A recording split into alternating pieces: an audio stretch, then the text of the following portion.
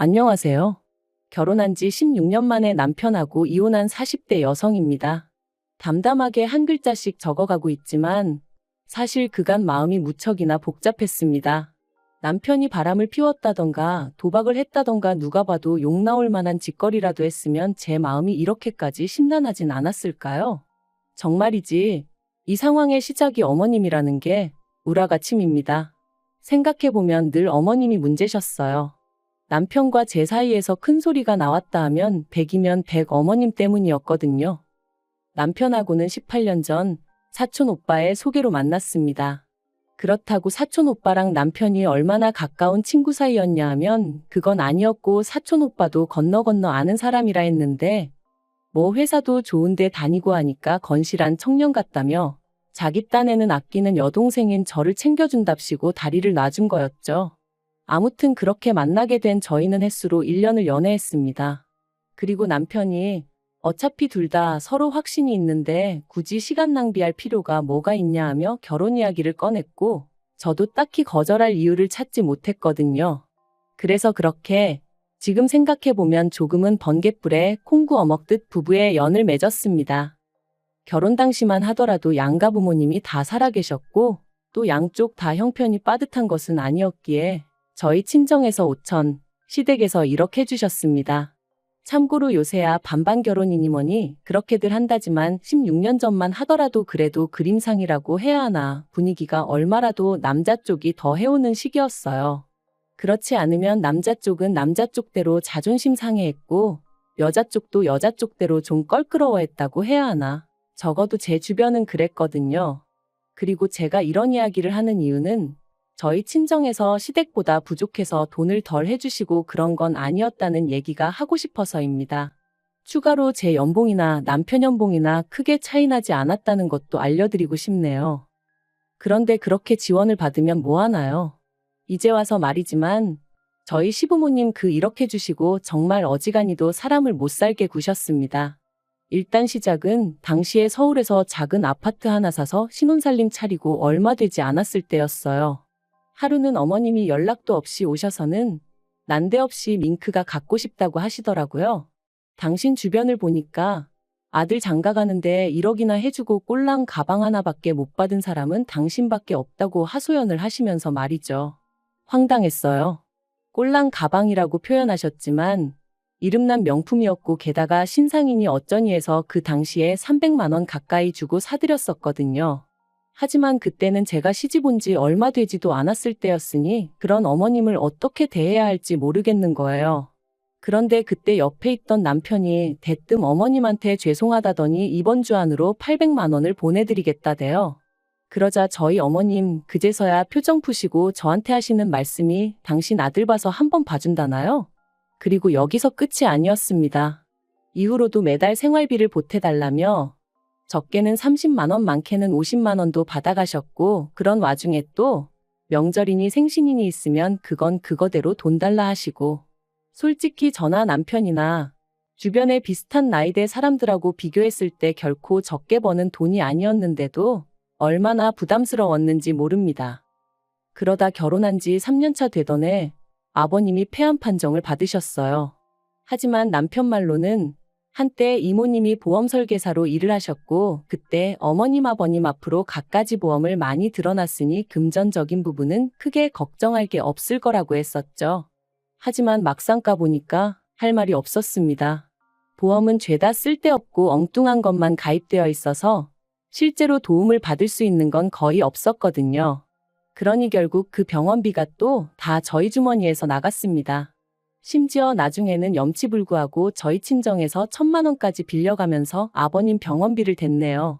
그리고 이 부분에 있어선 남편도 지금까지도 감사하게 생각하고 있기는 해요. 어머님은 살다 보면 그럴 수도 있는 거라며 별것도 아닌 걸로 제가 유세 부린다는 식으로 말씀하시지만요. 아무튼 제가 정말 계산기 들고 두들겨 보지는 않았지만 말이 좋아 1억 해주셨지 그 1억 진작에 다 받아가시고도 남았습니다. 그래도 저희 어머님은 주신 것만 기억하지 당신이 받아가신 건 언제 그런 일이 있었냐는 식이셨지요. 아무튼 아버님이 병원 생활 2년 하시고 돌아가셨고 이후로 저희 친정아버지도 심근경색으로 세상을 떠나셨습니다. 그러면서 양가 어머님 두 분 다 혼자가 되셨고 그렇게 혼자 지내게 되셨어요.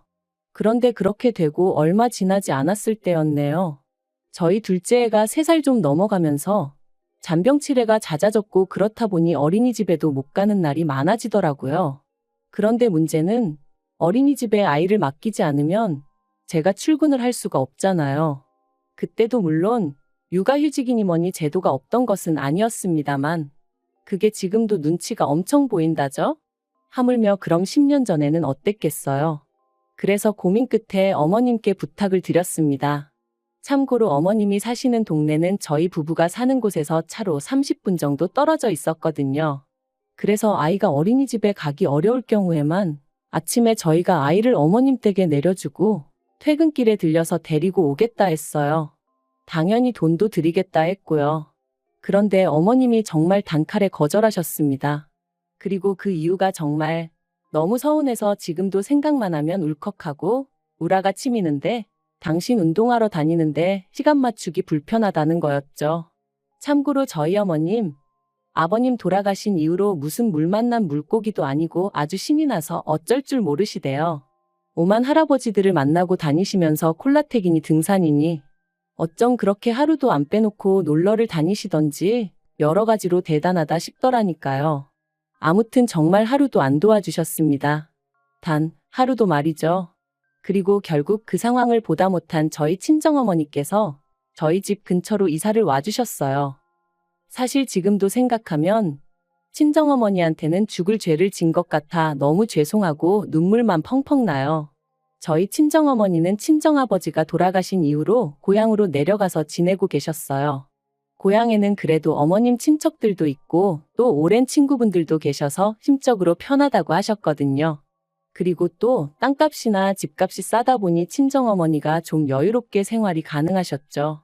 근데 잘 가르쳐 놓은 딸이 애 키운다고 잘 다니던 직장을 관두게 될까봐 노심초사하시다가 결국 서울로 다시 올라오셨는데 그렇다 보니 원래 해놓고 사시던 거에 비해 상황이 너무 누추해지대요.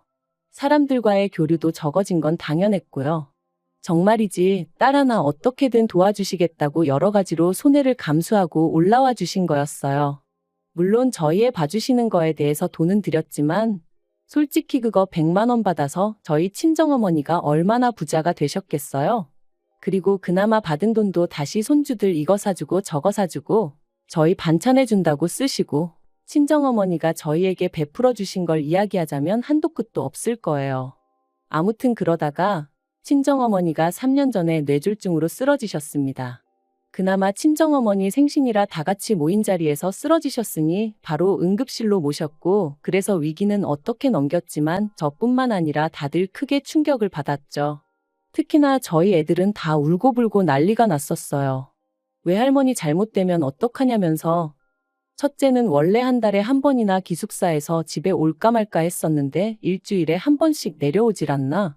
거기서도 하루가 멀다 하고 저한테 전화하고 친정어머니한테 전화하고 연결 안 되면 저더러 가서 외할머니 잘 계시나 보고 오라고 하고 둘째도 뭐 매일같이 외할머니랑 우리 같이 살면 안 되냐고 저랑 남편을 졸라댔어요. 정말이지 저희 친정어머니라서 하는 말이 아니라 정말 저희 애들을 사랑과 정성을 다해 돌봐주시고 키워주셨거든요. 그래서 결국 남편과 상의 끝에 친정어머니를 저희 집에서 모시게 되었습니다. 마침 남편이 그 무렵 지방에 발령이 나면서 서로 불편할 일도 없겠다 싶기도 했고요.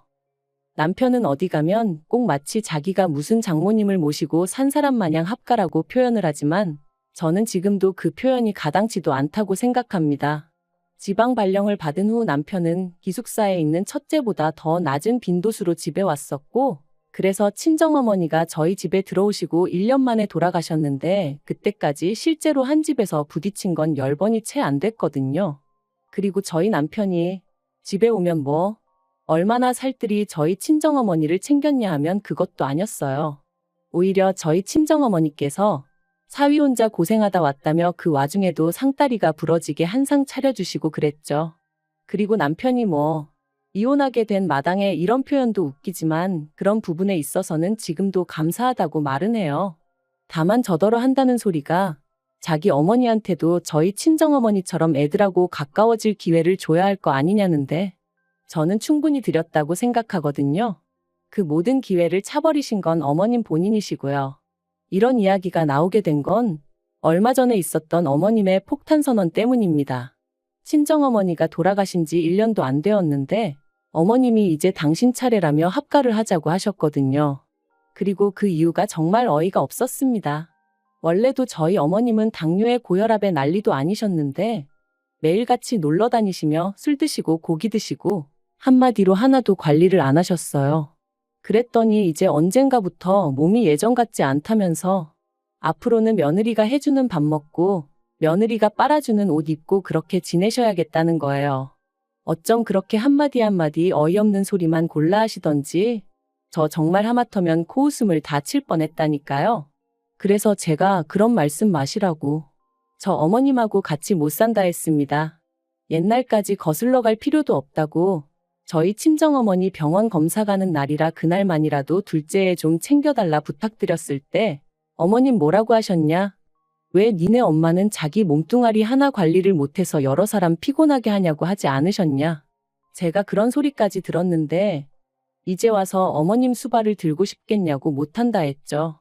그랬더니 어머님이 그때는 당신도 다 당신 할 일이 있었는데 제가 무턱대고 들이대니 기분이 나빠서 그런 소리가 나왔다며 그게 진심이었겠냐? 너는 사람 말을 걸러들을 줄도 모르냐? 그래서 그걸 어떻게 걸러듣냐고 받아쳤어요. 한마디 한마디가 비수가 돼서 여기 가슴 한복판에 탁탁 내리 꽂혔다고. 그러니까 저한테 밥 얻어먹고 사실 생각은 꿈에도 하지 마시라 했죠. 그랬더니 이제 남편이 난리가 났어요. 저더러 아무리 그래도 그렇지 어떻게 어머님한테 그런 소리를 할 수가 있느냐면서 자기 입장에선 장모님 모시고 살 때 군소리 안 했는데 저는 왜 이러냐고 너무한 거 아니냐대요. 그래서 당신이 우리 엄마한테 밥을 한번 차려드려 봤냐? 우리 엄마 양말을 한번 빨아드려 봤냐 했습니다. 한 집에만 있으면 모시고 사는 거냐고 말도 안 되는 소리 좀 하지 말라 그랬죠. 그리고는 막말로 우리 엄마는 진짜 환자였고 그래서 얼마나 오래 버티실지도 모르는 상황이었지만 어머님은 뭐 죽을 날 받아놓으셨냐 했습니다. 내년에 돌아가시는 거면 모를까? 막말로 10년이 될지 20년이 될지 모르는데 내가 미쳤다고 모시냐고 못한다 그랬죠. 그랬더니 남편이 저더러 미친 거 아니냐면서 아무튼 결국 서로 고성이 오갔고 주먹만 오가지 않았지 피 터지게 싸운 거나 마찬가지였어요. 그리고 아무리 이런 상황을 숨기려고 해도 결국 애들도 다 눈치를 챘더라고요. 그런데 애들이 대번에 저희 남편더러 하는 말이 자기들은 할머니랑은 같이 못 산답니다. 불편해서 못 지낸다고 그렇게 할머니가 걱정되면 아빠가 할머니 댁으로 가 그러는 거예요. 그러니까 이제 남편이 더 크게 화를 냈어요. 니들이 뭔데 나더러 내 집에서 나가라 마라 하느냐면서 키워줬더니 배은망덕하네 어쩌네. 할머니가 없었으면 니들이 이 세상에 존재를 했겠냐 어쨌겠냐 하면서 생색 낼 게 없어서 낳아준 걸로 생색을 내냐 한심하다 싶었죠. 그러니까 애들이 아빠랑은 말이 안 통한다면서 지들 방으로 쏙 들어가 버렸어요. 그리고 보통 이렇게 애들하고 남편하고 부딪히면 그래도 결국 제가 나서서 좀 다리가 되어주곤 했거든요. 그런데 이번엔 그러기도 싫대요. 뭐 솔직히 애들이 틀린 말을 한 것도 아니잖아요. 아무리 할머니랑 손자 사이라지만 어느 정도 서로 좀 정도 있고 그래야 같이 지낼 수 있지. 할머니라고 해도 어쩌다 명절이나 애들 생일 때 돈 10만 원 쥐어주신 게 전부인데 애들 입장에서 거기서 할머니의 정을 느꼈으면 얼마나 느꼈겠어요. 아무튼 그래서 이후로 애들이 남편을 본체만 체하던데 저도 그러던지 말던지 냅뒀습니다. 분명 올바른 가정교육은 아니었지만 남편이 너무 꼴보기가 싫으니까 제가 뭐라고 하기도 싫더라고요. 아무튼 그런 와중에 저희 어머님이 기어이 당신 짐을 싸들고 저희 집에 오셨습니다. 저희 친정어머니가 돌아가시기 전까지 쓰시던 작은 방에 당신 짐을 푸셨고요. 그리고는 그때부터 본격적으로 저를 잡기 시작하시대요. 집안이 왜 이렇게 우중충하냐? 반찬이 이게 뭐냐? 빨래를 왜 매일 안 하냐? 솔직히 제 입장에선 기도 안 찼습니다. 어머님이 살림을 얼마나 똑부러지게 하시던 분도 아닌데 그렇다고 제가 무슨 갓 시집온 새색시도 아닌데 말도 안 되는 꼬투리를 잡아대시니 환장할 노릇이었죠. 그래서 결국 남편에게 우리냐 아니면 어머님이냐 둘 중 고르라 했습니다. 그랬더니 저더러 미쳤냐고 고르긴 뭘 고르냐면서 저만 좀 양보하고 이해하면 다 잘 지낼 수 있는데 제가 일을 크게 만든다대요. 그래서 결국 절이 싫으면 중이 떠나야지 하는 마음으로 제가 나가겠다 했어요. 집이야 뭐 이혼하게 되면 나라에서 알아서 재산 분배해 줄 것이고 어차피 공동명의라 남편 마음대로 할 수도 없는 상황이었으니까요. 그리고 저는 친정어머니가 남겨주신 재산도 있고 그래서 그걸로 작은 빌라나 하나 얻어서 일단 들어가야겠다 싶었죠. 그런데 문제는 애들이 자기들도 저를 따라가겠다고 들더라고요. 죽어도 아빠랑 할머니랑은 못 산다면서. 그래서 그래, 한번 셋이서 잘 지내보자 하고는 남편에게 통보했어요. 애들하고 나하고 셋이 나갈 테니 어머님하고 둘이 한번 잘 지내보라고 당신 말대로 장모님하고도 합가 잘했으니까 친엄마인 어머님하고는 뭐가 어렵겠냐고 그랬죠. 그랬더니 남편이 정말 이렇게까지 해야 하냐면서 자기야말로 저처럼 독한 여자랑 못 살겠다고 이혼하자대요. 그래서 순식간에 완전히 남남이 되었어요. 그런데 웃긴 건 이 시간 동안 저희한테 이혼은 하지 말라고 극구 말린 사람이 딱 한 명 있었는데 그게 어머님이셨습니다. 그런데 이혼한 지 오늘로 한 달도 채 안 됐는데 남편이 벌써부터 죽는 소리를 합니다. 하루가 멀다 하고 문자며 전화며 해대서는 만나서 이야기 좀 하자. 어머님이 완전히 달라지셨다 나도 예전에 내가 아니다. 하지만 그러던지 말던지 제 마음이 완전히 차갑게 식어서 그런가? 그런 남편이 꼴사납고 우습기만 할 뿐 불쌍한 마음은 하나도 들지 않네요. 게다가 듣자 하니 어머님이 그간 그렇게 합가하려고 애를 쓰셨던 이유가 매번 당신 죽으면 집은 저희 줄 거라며 거들먹거리셨는데 그 집이 전세도 아니고 월세였더라고요. 사귀던 할아버지가 있었는데 그분한테 잘 보이려고 비싼 골프용품을 어지간히 사다 바치셨던 모양입니다. 그 할아버지도 그 연세에 재혼을 미끼로 저희 어머님을 꼬여내셨던 모양이던데 뭐라 할 말이 없더라고요. 남편도 그 이야기를 하는 내내 속 터져 미치겠다고 울분을 삭히지 못했고요. 아무튼 뭐 그러니 이제 그나마 월세 내는 것도 빠듯해서 저희 집에 들어오려고 하셨던 건지 솔직히 그 속이야 어머님만 아시겠죠. 저는 이제 관심 없어요. 남편한테 그간 못한 효도한다 생각하고 어머님한테 잘해드리라 한마디 했고 마음 같아선 핸드폰 번호도 바꿔버릴까 했지만 애들 때문에 그건 현실적으로 좀 어렵겠더라고요. 어떻게 마무리를 해야 하나 싶은데 이렇게 사는 사람도 있습니다. 하늘에 계신 친정어머니가 이혼해서 졸지에 혼자 애 둘을 키워야 할 딸을 보면 마음이 얼마나 아프실까 싶지만 그래도 또 한편으론 그런 친정어머니가 절 지켜봐 주실 거라 생각하니 용기가 나는 것 같네요. 보란듯이 잘 살아볼게요.